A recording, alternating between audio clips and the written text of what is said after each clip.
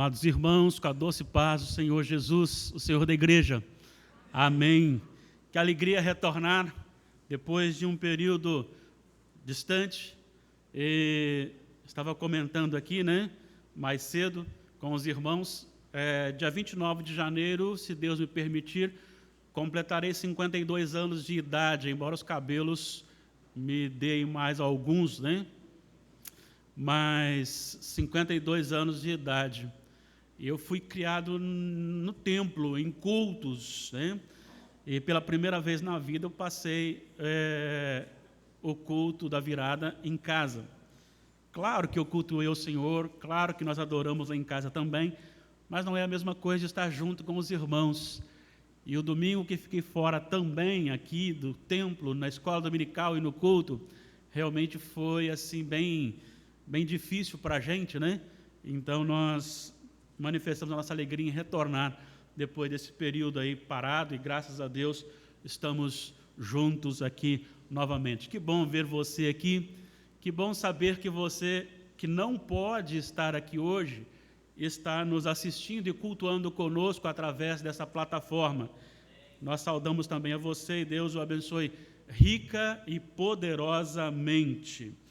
Amados irmãos, hoje, 10 de janeiro de 2021, exatamente hoje, a Igreja Presbiteriana de Nova Brasília completa 39 anos de organização.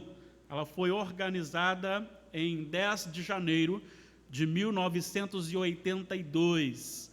Então, nós louvamos a Deus por 39 anos abençoados na vida da igreja, sustentados pelo Senhor, dirigidos pelo Senhor. Quantas pessoas passaram por aqui e se converteram, ou seja, o Espírito Santo as converteu e as trouxe para aqui. Quantas pessoas foram recebidas aqui nesse púlpito por batismo e pública profissão de fé. E quantos irmãos nossos que foram recebidos hoje também estão inseridos, tanto num contexto de outros locais, como igrejas, estão lá servindo ao Senhor, outros servem como líderes, outros como pastores, missionários, mas não importa se é missionário, se é pastor, se é líder, presbítero ou diácono, ou líder de alguma sociedade interna da igreja, ou você é servo do Senhor e passou por aqui, grandes coisas fez o Senhor por nós. Vamos ter um momento de oração, de gratidão a Deus pela vida da igreja, pela vida de tantos irmãos. E o que é bonito é que eu não tive a curiosidade de fazer isso, mas alguns irmãos nossos ainda continuam na igreja, como membros da igreja, que nunca saíram ou mudaram ou foram transferidos desde a organização, ou melhor, antes até mesmo, desde a fundação de congregação.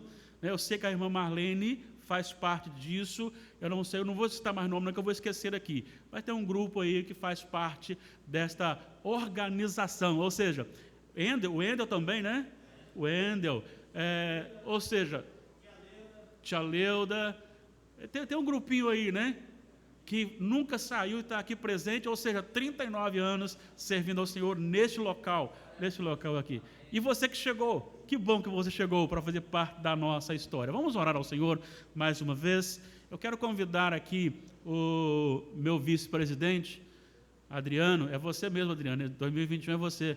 Vem aqui, por favor, e ore ao Senhor, agradecendo a Deus, a vida da igreja, cada irmão da igreja. Como é gostoso, Finalzinho do ano, eu fui procurado por 2 adolescentes, Me perguntaram, quando vai começar a classe de preparação para novos membros, Aguarde, fevereiro está chegando, tá bom?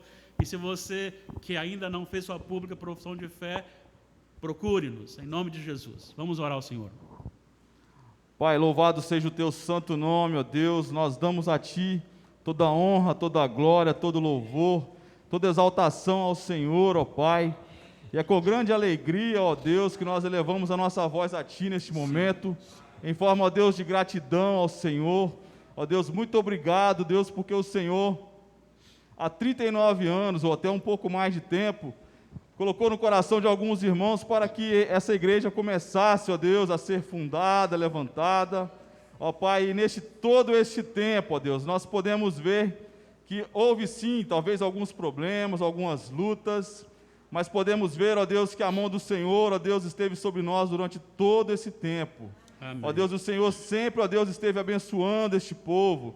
O Senhor sempre esteve usando essa igreja, ó Deus, como canal de bênção, como instrumento nas mãos do Senhor para abençoar este lugar, para transformar vidas, ó Deus, para mudar, ó Deus, a situação de algumas famílias, ó Deus, para, ó Deus, trazer, ó Deus, das trevas muitas pessoas, Amém. ó Deus, para a maravilhosa luz do Senhor. Amém. Ó Pai, nós agradecemos a Ti por cada família, ó Deus, que faz parte desta igreja, que fez parte desde o início. Sim. Ó Pai, que o Senhor, ó Deus, continue abençoando os Teus povos, ó Deus, Amém. e clamamos ao Senhor que o Senhor continue nos dando a graça, ó Deus, o privilégio, ó Deus, de sempre, ó Deus, de continuar confiando no Senhor, Amém. descansando no Senhor, ó Deus, colocando no Senhor toda a nossa confiança, colocando no Senhor, ó Deus, toda a nossa esperança, ó Pai, que mesmo em, ó Deus, momentos difíceis, o Senhor, ó Deus, com certeza nós confiamos e cremos que o Senhor, ó Deus, está sobre nós e que a vontade do Senhor prevalecerá sobre as nossas vidas. Amém.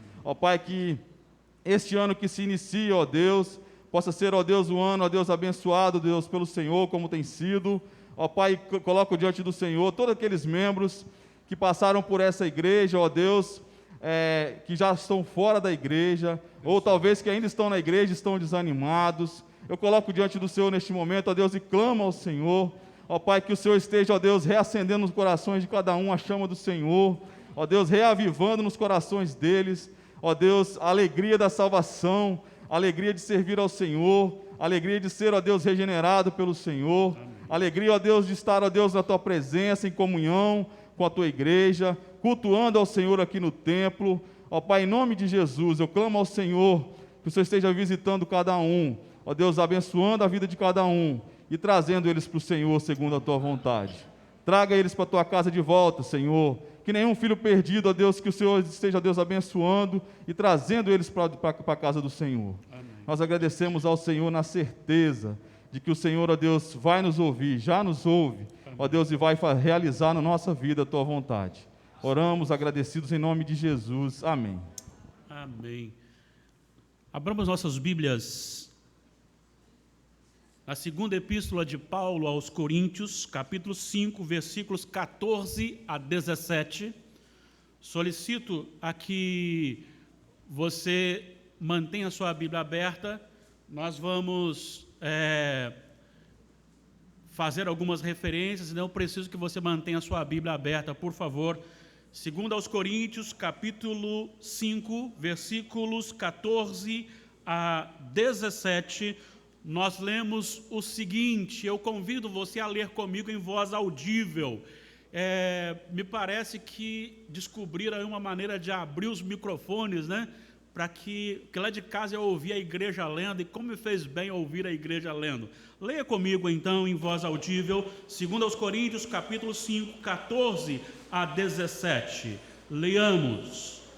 Pois o amor de Cristo nos constrange, julgando nós isto: um morreu por todos, logo todos morreram. E ele morreu por todos, para que os que vivem não vivam mais para si mesmos, mas para aquele que por eles morreu e ressuscitou.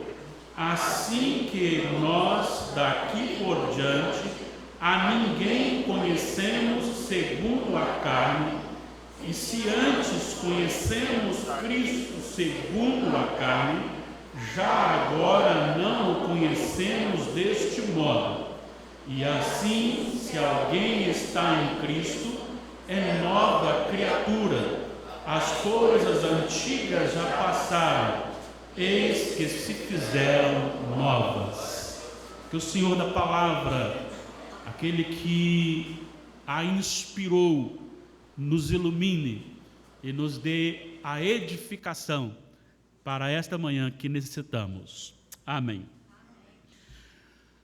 Quando nós vamos fazer algum curso, e quando nós vamos para a área, vou pensar aqui, né, na engenharia civil, por exemplo, muitos daqueles que estão ali para fazer o curso têm como prioridade motivacional o diploma a ser adquirido no final do curso, e aquilo toma a primazia da sua vida, é a sua motivação maior. Então ele não vê a hora, é um peso para ele esse período da faculdade, é um peso, é desgastante, ele está sempre chateado, mas ele vai lá, frequenta as aulas até vencer e ganhar então o seu diploma. Entre esta turma que faz o curso, há um pequeno número, com certeza, que está lá também pelo diploma, mas tem uma motivação maior, porque ele começa a obter o conhecimento dentro da área que ele é vocacionado, por exemplo, a engenharia civil, e a maneira que ele vai adquirindo os conhecimentos, ele vai amando os conhecimentos, e o conhecimento, os detalhes do curso acabam sendo superiores ao próprio diploma em si, que também é algo almejado.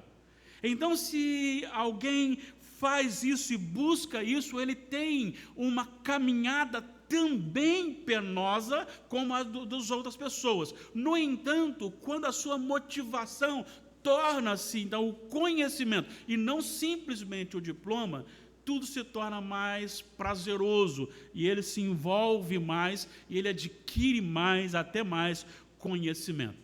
A vida espiritual também é assim, e pena que a igreja, de forma geral, principalmente a brasileira, os chamados evangélicos, também estão envolvidos, e a maioria dos que compõem os evangélicos, esta maioria está envolvido muito mais ou pela motivação do medo da perdição eterna, ou simplesmente por um estilo de vida. E se nós olharmos as nossas orações, eu tenho falado isso, não estou falando das orações de vocês, não, das nossas orações, nós somos muito mais materialistas do que espirituais. As nossas orações, o conteúdo das nossas orações, envolve muito mais curas, empregos, sustentação, proteção, abrigo, cuidado. E não é errado, não, a gente orar por isso, não. A gente tem que orar por isso também.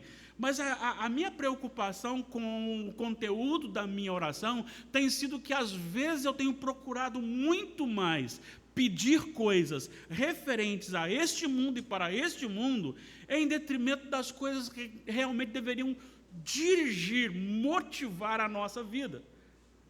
O diácono William Douglas leu aqui na sua abertura Colossenses, e se você olhar as cartas de Paulo, a oração que predomina, o conteúdo da oração que predomina, o conteúdo que predomina nas orações do apóstolo Paulo, gira em torno de quê? Para que você tenha e que chegue ao pleno conhecimento de Deus. Se você observar, nós temos lá o nosso chamado grupo de intercessores. Nós temos muito mais envolvimento, estou falando de mim, com coisas relacionadas à enfermidade do que conversão.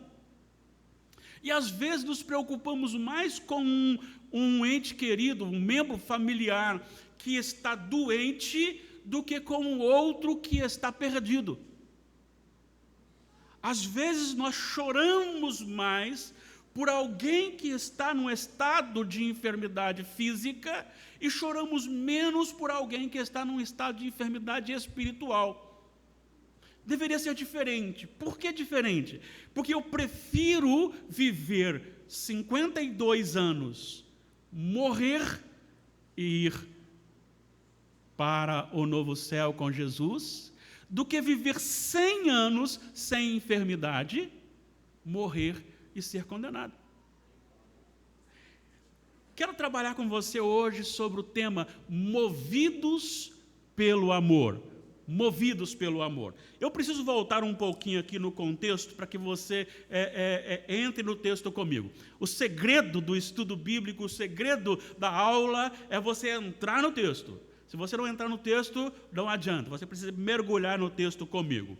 Segunda Epístola de Paulo aos Coríntios, capítulo 5, mas nós vamos voltar um pouquinho mais, capítulo 4, 16. Paulo está dizendo a respeito da necessidade da gente olhar não para as adversidades, mas olhar para a plenitude em Deus. Ele diz: por isso não desanimamos, pelo contrário, mesmo que o nosso homem exterior se corrompa, contudo o nosso homem interior se renova de dia em dia. E aí no versículo 18 ele vai dizer assim: não atentando nós nas coisas que se veem, mas nas que se não veem. As que se veem são temporais e as que se não veem são eternas.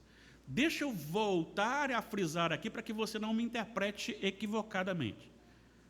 Não é errado você orar para que Deus lhe dê bênçãos materiais. Se vocês não sabem, aqueles que não sabem, muitos já sabem disso, quando eu vou de carro para algum lugar mais difícil de estacionamento, eu oro a Deus pedindo uma vaga para estacionamento. Eu oro a Deus pedindo a minha água.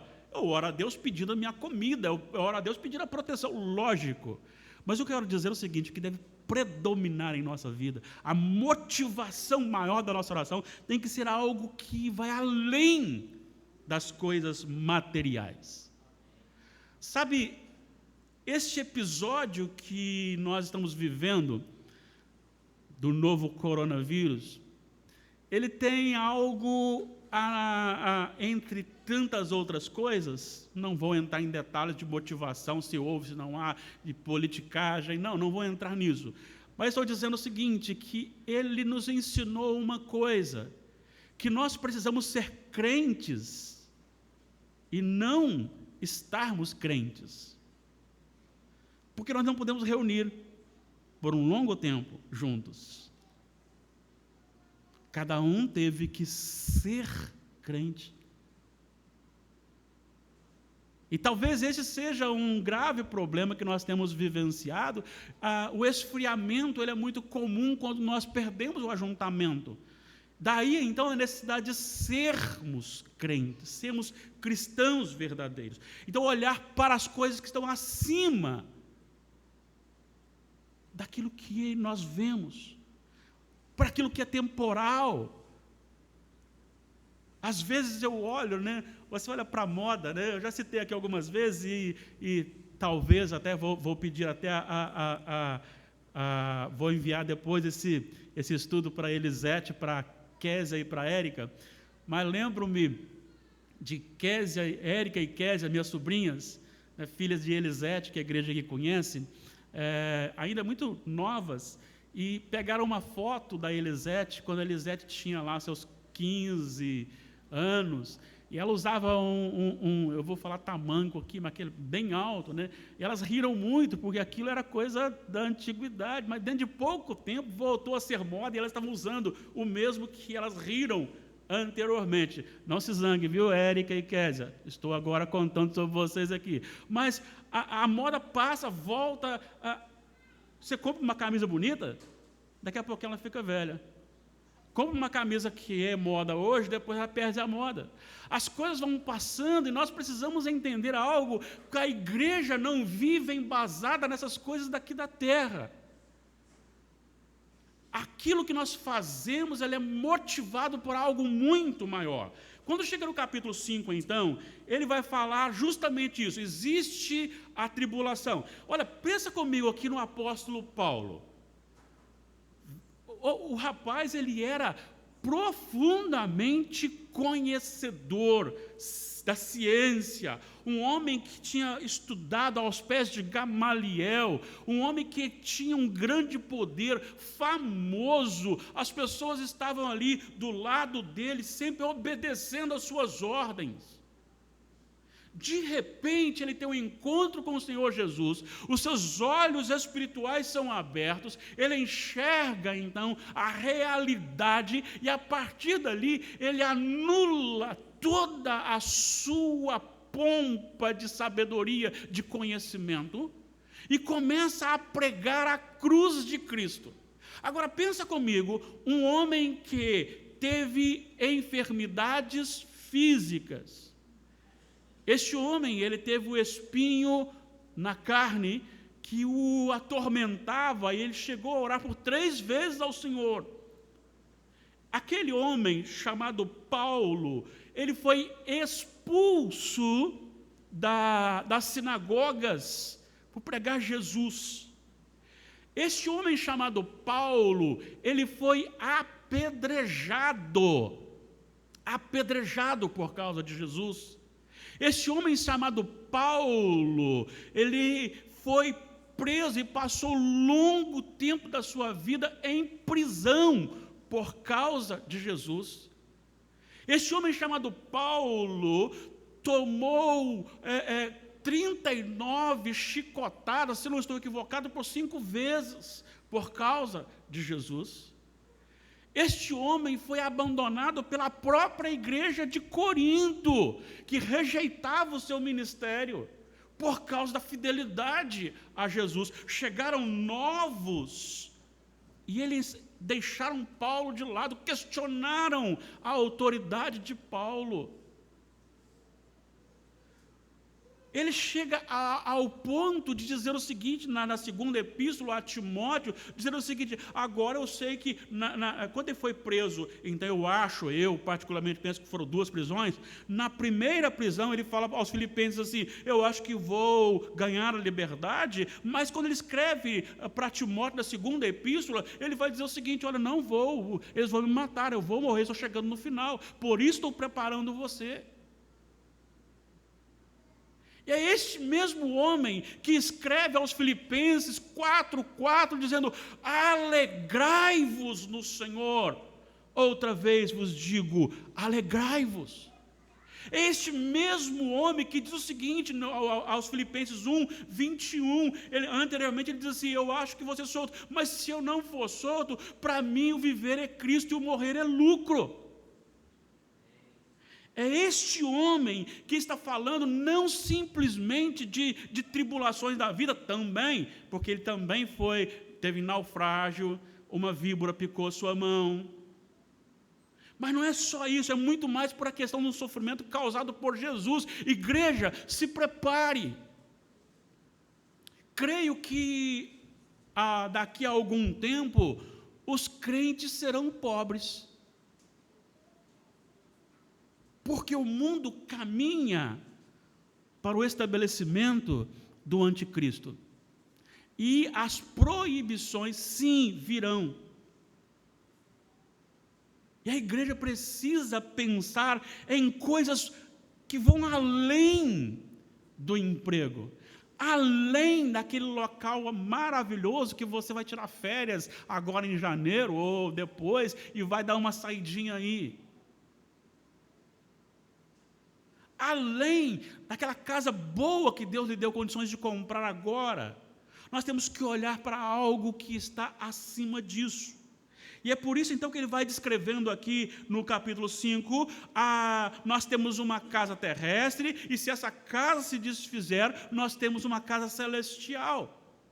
E a garantia está no versículo 5, é o penhor, é o Espírito. Deus o salvou e disse: fica aqui para que você entenda que o Espírito é a sua garantia de salvação. Já pensou nisso? Lembro-me que um dia, já há bem tempo, eu fui ao posto de gasolina, e morava aqui em Nova Brasília ainda, e fui ao posto de gasolina, mais ou menos 2 quilômetros daqui, e de repente, quando terminou de abastecer, e aí eu levei a mão, minha carteira tinha ficado em casa. E agora?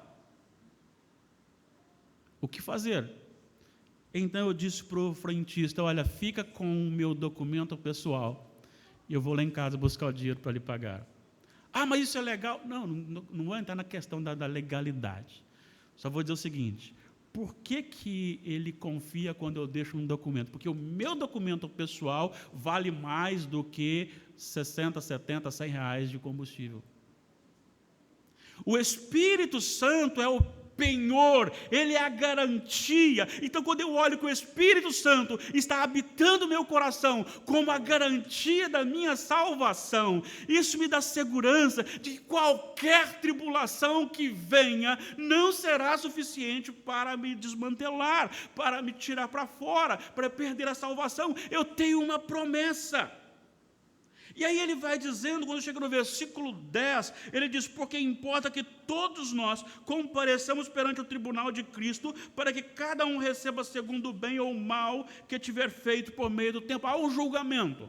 E aqui, particularmente, eu creio que não é o julgamento envolvendo também os ímpios. Aqui, para mim, ele está dizendo também para os ímpios, mas envolvendo muito mais um julgamento de galardão. Porque ele está falando para a igreja crente, ele está falando para pessoas cristãs, e é por isso que ele vai dizer assim: sabemos que a nossa casa terrestre, e aí também quando vai no versículo 9, é por isso que também nos esforçamos para agradar ao Senhor, porque importa que nós compareçamos e sejamos julgados. Embora capítulo 4, versículo 5 da primeira epístola diz que não só os ministros, mas que toda a igreja, todo mundo será então, no grande julgamento, manifestados os desígnios do coração. Agora, dentro disso, ele diz assim: é por isso, versículo 11, que eu sou constrangido, ou seja, sou levado a pregar o evangelho, convencer vocês a estarem em Jesus. É por isso, porque nós estaremos para sempre com o Senhor, nós temos uma casa celestial, e as coisas daqui passarão. E aí ele vai dizendo, quando ele vai falando assim: Deus conhece o meu coração. Em versículo 11, ele vai dizer assim: e assim, conhecendo o temor do Senhor, persuadimos os homens e somos cabalmente conhecidos por Ele, e espero que também a vossa consciência nos reconheça. Ele está dizendo assim: o Senhor conhece os desígnios do meu coração, e sabe da sinceridade que tenho ao pregar o Evangelho. Às vezes o Senhor me dá algumas coisas assim, para confortar o meu coração. O meu ministério é um ministério que às vezes fica assim um pouquinho desentuado daquilo que acontece no dia a dia dentro da normalidade, mas de vez em quando Deus levanta homens que a gente olha que tem uma vida muito santa, piedosa, e esses homens são muito mais bem preparados do que eu, e eles falam então dentro da mesma direção que eu estou falando. Isso me alegra o coração, porque o Senhor conhece o nosso íntimo, o nosso coração. Ele diz assim: Deus conhece o meu coração, e vocês também espero que conheçam o meu coração. E aí ele vai dizer: não nos recomendamos novamente a vós outros, pelo contrário, damos-vos ensejo. Ou seja, não estamos falando com vocês, eu sou bom, mas eu estou dizendo para vocês que vocês precisam saber combater os falsos, aqueles que têm apenas aparência, com os verdadeiros.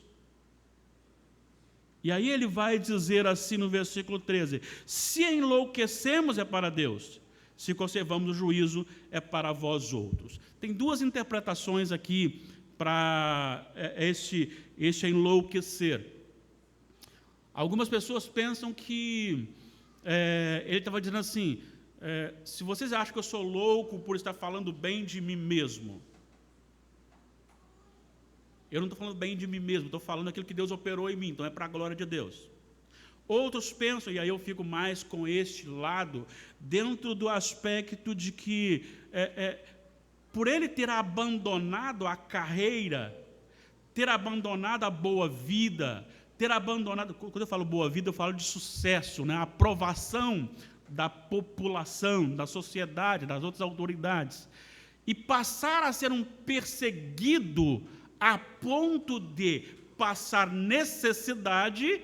Ele disse aos filipenses: sei estar contente com fartura e escassez. Por passar então as dificuldades e tribulações no mar, a ponto de naufrágio, passar dificuldades naquela ilha onde a víbora o pegou, passar dificuldade com o espinho na carne, passar dificuldade com o expulsar da sinagoga, apedrejamento, chicotadas, prisões. Embora ele tenha escolhido viver assim, desta forma, isso não quer dizer que ele é louco, porque ele fez isso para a glória de Deus. E algumas pessoas, se você olhar em Atos dos Apóstolos, você me lembra aqui o versículo, capítulo 26, não lembro o versículo agora, Félix chama ele, tu és louco, falas como louco. Então ele está dizendo assim, eu não sou louco, e se parece louco o que eu fiz, o que eu faço até agora, e o que eu estou ensinando para vocês, o que eu estou escrevendo agora, tudo isso é para a glória de Deus. Agora, se vocês acham que eu estou no juízo, é para a glória de Deus também. E o bem é a edificação de vocês. E agora que eu entro, então, para 3 lições que eu quero destacar aqui para o tema Movidos pelo Amor.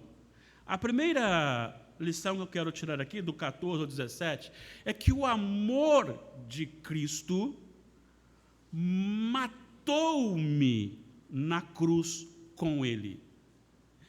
Versículo 14, pois o amor de Cristo nos constrange, julgando nós isto, um morreu por todos, logo todos morreram. Todos aqui não é todo ser humano, porque ele está falando de pessoas convertidas, ele está falando da igreja, ele está falando daqueles que estão em Jesus. E eu preciso entender uma coisa com você aqui, muito especial. Veja bem, em Adão, capítulo 5 de Romanos, na parte final, vai dizer que no primeiro Adão, e com o primeiro Adão nós morremos. Mas em Cristo nós também morremos a morte morrida pelo primeiro Adão.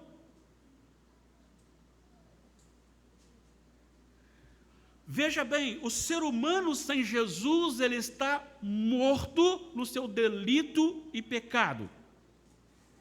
Ele não tem vida, ele não pode responder, ele é escravo do pecado. E vou dizer mais, não é um escravo forçado simplesmente, mas um escravo condicionado a gostar, a amar a podridão. Tem uma foto do país vizinho vibrando com a aprovação do aborto, e você olha aquela foto, é estarrecedora a fisionomia das pessoas. Tem uma frase atribuída a Paul Washer, que eu não sei se mas veio como atribuída a ele, que o novo coronavírus matou aí 1 milhão e tal, durante o ano, e é tido como a pior crise. Agora, o aborto mata 150 milhões e é tido como direito. O homem sem Jesus, ele está morto no sentido de amar a prática do pecado. Ele não só se submete às trevas, ele não só se submete a Satanás, mas ele se submete com prazer. Você já pensou naquele seu vizinho que não está nem aí para você, que liga um som na maior altura a noite toda, sabendo que você trabalhou o dia todo ou vai trabalhar de madrugada e ele não está nem aí para você? Tem prazer no pecado, tem prazer no adultério, tem prazer nas coisas carnais. Não é só uma questão de escravidão, mas é aquela escravidão condicionada. A natureza ama o pecado. Agora, quando eu estou falando para você que Cristo me matou com ele, então eu posso dizer, eu li uma frase um dia, não lembro mais aonde, obviamente agora aqui, então por isso não vou poder documentá-la, mas diz assim, a morte da morte na morte de Cristo. É isto aqui. Eu preciso dar uma olhadinha, o nosso tempo está esgotando, em Romanos 6, só para a gente conferir aqui. Olha só o que o apóstolo Paulo vai dizer sobre a questão da morte. Não pode haver salvação, não pode haver constrangimento no amor, se não morrermos. E aí a morte aqui é a morte da natureza carnal, ou morrida. Da morte da natureza contaminada. Olha só, ele encerra o capítulo 5, versículos 20 e 20, só o versículo 20. Sobreveio a lei para que avultasse a ofensa, mas onde abundou o pecado, superabundou a graça. Aí ele vai e pergunta no primeiro versículo do capítulo 6, permaneceremos no pecado para que seja a graça mais abundante? Ele mesmo responde, de modo nenhum, Deus me livre. Como viveremos ainda no pecado nós, o que para ele morremos? Olha só, ou porventura ignorais, que todos nós fomos batizados em Cristo Jesus, batizados na sua morte.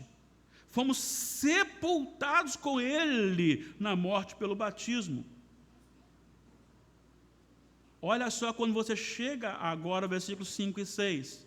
Porque se fomos unidos com ele na semelhança da sua morte, versículo 6, sabendo isto, que foi crucificado com ele o nosso velho homem, para que o corpo do pecado seja destruído. Eu não vou mais por causa do nosso tempo, é só para mostrar para você esse corpo, essa natureza daquele que está em Jesus, ele é crucificado na crucificação de Jesus. Preste atenção nisso, porque isso é muito importante para que você entenda o restante do texto. Significa que eu comecei realmente a viver, não no dia que eu nasci, mas no dia que eu fui regenerado. Porque o Espírito Santo pegou a minha velha natureza, levou-a e crucificou-a junto com Cristo. Agora vem então a segunda lição. O amor de Cristo, a primeira lição, me matou, ou matou a minha natureza carnal na cruz, na morte de Cristo. Mas também o amor de Cristo me ressuscitou para Ele. Olha só o versículo 15. E Ele morreu por todos, para que os que vivem não vivam mais para si mesmos, mas para aquele que por ele morreu e ressuscitou. Isso aqui é muito importante, porque isso implica numa mudança, e não é uma mudança de ações, simplesmente, mas é uma mudança de ações que são motivadas por uma transformação interior. É uma nova natureza que agora você é comprado, é transformado, você é trocado de senhor. Antes você era senhor das trevas, antes você, ou melhor, era escravo do senhor das trevas, do imperador das trevas. Não só oprimido, mas possuído na sua natureza corrompida. Agora, em Jesus, essa natureza foi eliminada, ela foi destruída no sentido de poder sobre você, e foi colocada em você agora uma nova natureza, colocada para que você seja do Senhor. Você trocou de Senhor. E é aí agora que eu quero lhe chamar a atenção, porque ele vai dizer assim, para os que vivem, não vivam mais para si mesmos, mas para aquele que por ele morreu e ressuscitou. Lembra lá da motivação? O amor de Cristo me constrange. Sabe o que significa isto? Significa que Deus, na eternidade, a minha mãe não tinha me levado ainda no ventre para o templo como ela me levou. Foi antes disso, então não há motivos pessoais, da minha parte, para que pudesse motivar Deus a salvar-me. Mas Ele me salvou antes da fundação do mundo. Para Ele, a predestinação não é uma visão equivocada de só para salvação. Mas o apóstolo Paulo vai dizer que nós fomos escolhidos em Jesus antes da fundação do mundo, escolhidos e predestinados para sermos santos e irrepreensíveis perante Ele. Nós somos escolhidos para sermos propriedades de Deus em Jesus. Por isso, o mesmo apóstolo, escrevendo aos Colossenses, ele vai dizer no capítulo 3, no versículo 1, se fostes ressuscitados com Cristo, buscai as coisas lá do alto. De que maneira que Ele me matou? Ele me matou, como Paulo escreve aos Gálatas, capítulo 1, versículo 4, nos desarraigou, tirou a nossa raiz deste mundo. Ou seja, a natureza ainda luta, mas ela não tem mais poder sobre nós. Eu tenho agora a habilidade de crescer espiritualmente. E aí agora, então, eu vivo para Deus. A minha vontade deixa de ser predominante quando esta minha vontade conflita com a vontade do meu Senhor, porque eu fui ressuscitado para viver, não para mim mesmo, mas viver para o Senhor. E é uma coisa interessante, e é aí que você precisa entender, você precisa conhecer a Deus, porque o conhecimento de Deus lhe faz viver para Deus, não como um peso colocado como a lei, ou como os fariseus.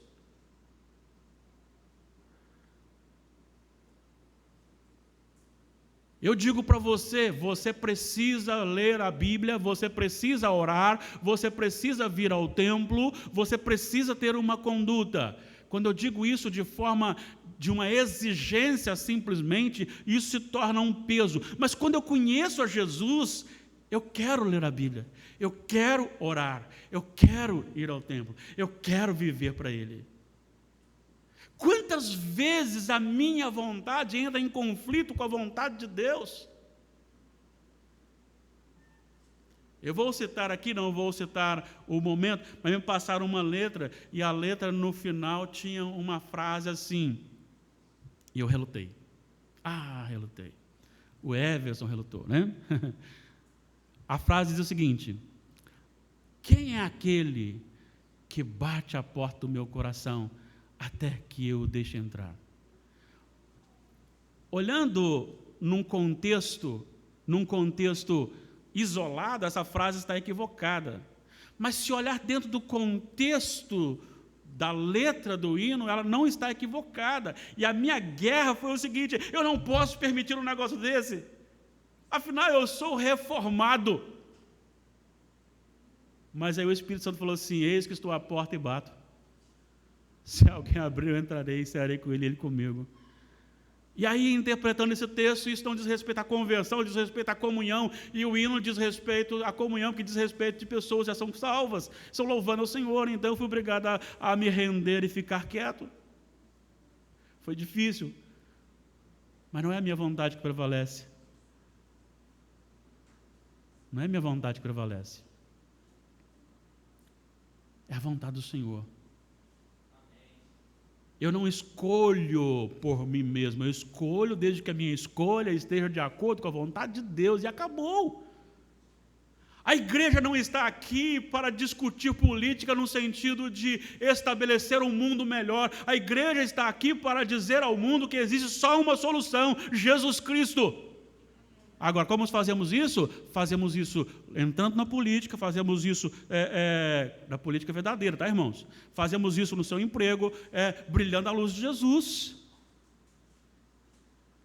Eu não vivo mais para mim. Ah, mas se você for verdadeiro lá no seu emprego, você vai perder o emprego. E aí?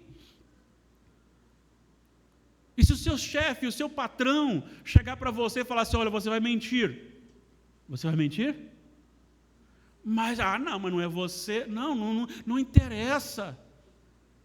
Eu terei que chorar com você, eu terei que dividir com você, eu não sei, mas acontece que nós não podemos viver para nós mesmos. Não andeis ansiosos de coisa alguma, buscar em primeiro lugar o reino de Deus, e estas coisas, ou seja, a comida e a veste, serão acrescentadas. Agora nós somos de propriedade, então este amor, ele nos comprou e ele nos motiva a viver para Jesus. E eu encerro então com a terceira lição, que está no versículo 17. O amor, a primeira lição, o amor de Jesus matou a minha velha natureza na cruz. O amor de Jesus me ressuscitou para Ele na sua ressurreição. O amor de Jesus me recriou. Irmãos, é impossível manter a natureza pecaminosa e ainda herdar o reino dos céus. É necessário que a natureza pecaminosa morra e que nós sejamos então agora recriados, e nós não teríamos nenhuma capacidade se não fosse feito essa transformação. E assim, se alguém está em Cristo, é nova criação. Se você olhar o 17 aí, você encontrará criatura, não está errado também não, mas a palavra criação fica mais clara. Sabe quando o Senhor pegou Adão, ali, antes de ser Adão, fez ali o barro, ele soprou nas narinas o fôlego de vida? No momento da sua conversão, foi isso que Ele fez com você. Ele soprou no seu coração o Espírito Santo, para que você tenha uma nova natureza, você seja criado de novo. Você agora não tem mais as mesmas motivações anteriores. Você agora fez com que tudo aquilo que tinha anteriormente se tornasse loucura.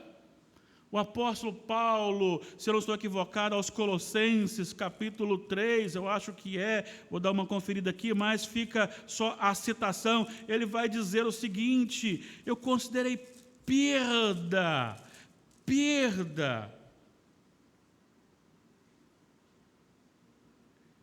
eu deixei tudo para trás.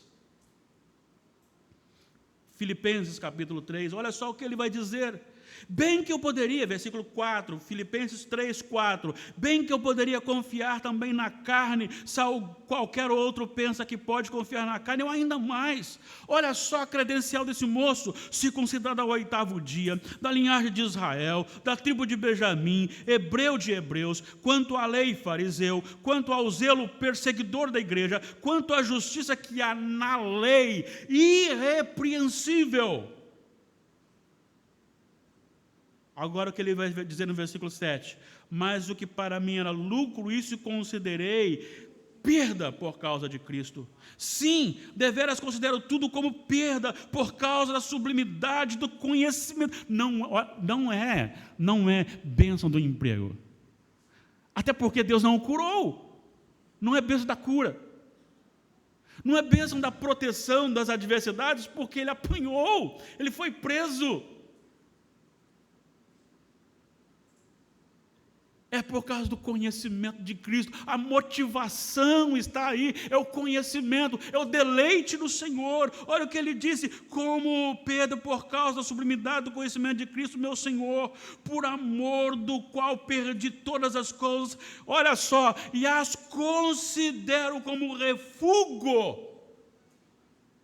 Toda a fama de Paulo era refúgio quando ele conheceu o Senhor Jesus. Olha a motivação da sua transformação, é o amor de Cristo. Por isso ele disse: sou constrangido pelo amor. Ah, meus irmãos, nós precisamos vibrar mais com o conhecimento de Deus, buscar mais o conhecimento de Deus. Ah, ontem meu dedo ficou com comichões, porque vi lá os comentários das 3 epístolas de João, escrito por Dr. Michael Lloyd Jones. Que vontade de comprar. Aguarda um pouquinho, vai chegar o momento. Mas invista em coisas para você conhecer mais a Deus. Leia muito a Bíblia, procure pessoas que vão lhe ajudar, mas conheça a Deus, clame ao Senhor por conhecimento, ore ao Senhor por conhecimento. Se você tem uma enfermidade, ore primeiro para que o Senhor seja santificado na sua vida, ore primeiro para que venha o reino de Deus, ore primeiro para que você tenha um conhecimento do Senhor, se deleite nele, depois você ora para a cura, depois você ora pela alimentação, depois você ora para outra coisa, mas priorize o conhecimento de Deus. Deus amou você de tal maneira, Deus me amou de tal maneira, que deu seu Filho unigênito, para que todo que nele crê não pereça, mas tenha a vida eterna. Li há poucos dias a frase: há serviço para você no reino de Deus, salário, vida eterna. Está equivocado, embora tenha a boa intenção, mas está equivocado, não é salário não, é dom de Deus. Por mais que eu trabalhasse, olha que Paulo disse aqui, eu era perfeito com respeito à lei praticamente, mas isso tudo foi refúgio por amor e conhecimento de Cristo. Nós somos mestres em errar o foco. Valorizamos aqueles que nos pisam. Satanás te dá uma escada e vai lhe dando a mão, e você abandona Jesus e começa, que deleite, olha, olhar de cima. Quando está bem lá em cima, ele serra o pé da escada e deixa você cair e dar aquelas gargalhadas dele. Jesus não, Jesus é a escada. Ele é a escada. O Espírito Santo veio, está em mim e em você. Isso é amor de Deus. O amor de Cristo me constrange. Em nome de Jesus, fortaleça-se na fé, busque conhecer o Senhor, porque quanto mais você conhecer o Senhor, você não vai querer só o diploma da vida eterna, só a coroa. Não é a coroa que vai lhe interessar simplesmente, mas é saber que você conhece o Senhor e que é conhecido pelo Senhor e que é amado pelo Senhor, e por isso você ama o Senhor e você se deleita no Senhor e você quer estar com o Senhor e você estará para sempre com o Senhor. E no último dia, quando você ressuscitar, e eu, levados então para a nossa nova casa, não se turbe o vosso coração, credes em Deus, credes também em mim. Na casa de meu Pai há muitas moradas. Não há vizinho barulhento, porque um respeita o outro, um ama o outro. E quando você estiver lá, uma bênção maior é contemplar a face do nosso Senhor Jesus. Em nome de Jesus, eu conclamo a você que está aqui conosco, você que está cultuando comigo, renove a sua força no Senhor, invista na prioridade do conhecimento de Deus, em nome de Jesus. Deus nos abençoe, Deus nos dê alegria nele, que a nossa prioridade seja o Senhor. Lembra do sermão do diácono Rafael, quando o Senhor olhou para Marta e disse: Marta, Marta, pouco te é necessário. Maria escolheu a parte certa, melhor. Eu não vou tirar essa parte dela. Escolha a parte certa. Você não precisa de muito para viver não, meu irmão. Não precisa de muito para viver não. Priorize o conhecimento de Deus, a glória de Deus, e viva para a glória do Senhor. Vamos orar. Senhor,